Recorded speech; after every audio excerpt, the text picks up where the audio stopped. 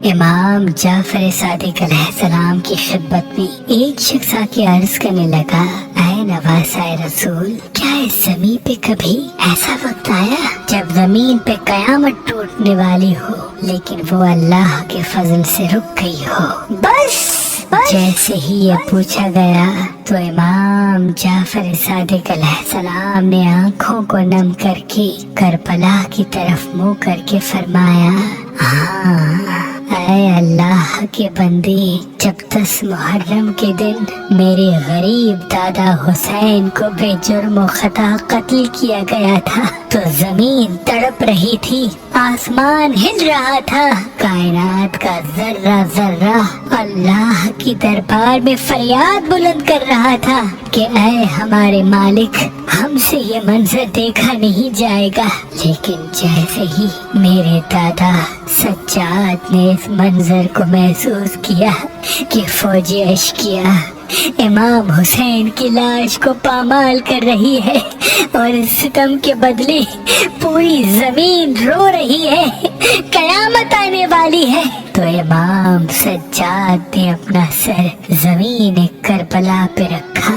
اور ایک ایک اللہ کی نعمت کو یاد کر کے شکر کرتے رہے کہ اے اللہ تیرا شکر ہے کہ تو نے زمین بنائی، اے اللہ تیرا شکر ہے کہ تو نے آسمان خلق کیا، اے اللہ تیرا شکر ہے کہ تو نے ہواؤں کو روان کی تھی، اے اللہ تیرا شکر ہے کہ تو نے پانی کو پیدا کیا، اے اللہ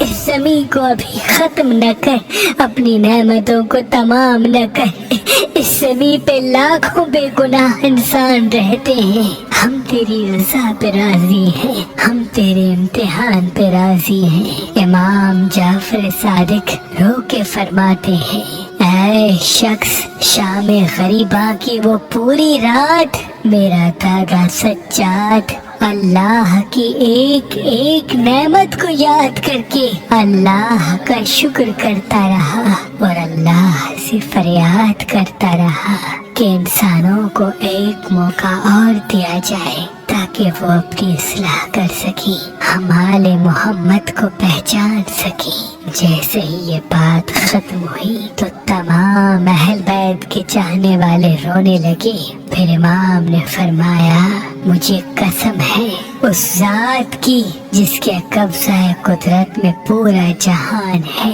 اگر میرا دادا سجاد اس وقت سجدہ شکر نہ کرتا تو قیامت اسی وقت آ جاتی اور خون حسین کا انتقام اللہ خود لیتا۔